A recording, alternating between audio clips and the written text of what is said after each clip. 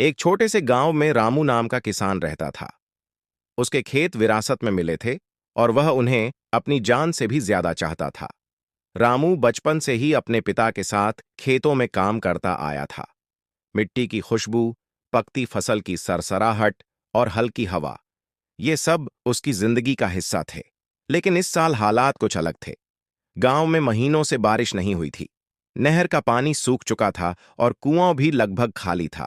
रामू रोज सुबह 4 बजे उठकर खेत जाता, हल्का सा पानी डालता और आसमान की ओर देखते हुए कहता, हे भगवान, बस एक बार बारिश करा दो, मेरा खेत बचा लो।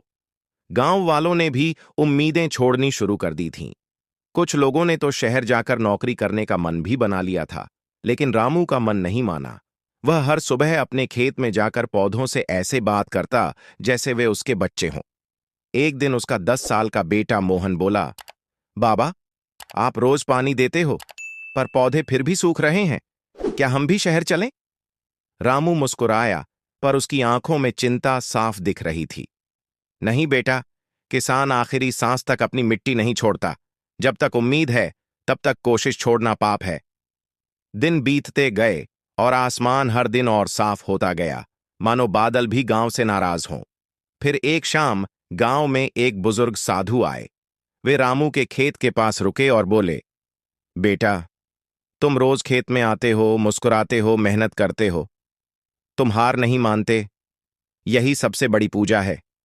तुम्हारी तपस्या का फल तुम्हें अवश्य मिलेगा। रामू ने सम्मान से हाथ जोड़ दिए।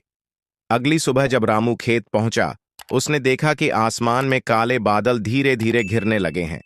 चेहरे पर हल्की मुस्कान आई, पर वह अभी भी चुप था, क्योंकि वह कई बार निराश हो चुका था। लेकिन इस बार किस्मत उसकी थी। कुछ ही देर में तेज हवा चली और पहली बूंद उसके हाथ पर गिरते ही उसकी आंखें चमक उठीं। वह आसमान की ओर देखता रह गया।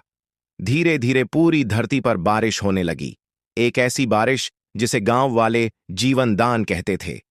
खेत की प्यास बुझ गई। मोहन दौड़ता हुआ आया। बाबा, बारिश, बारिश!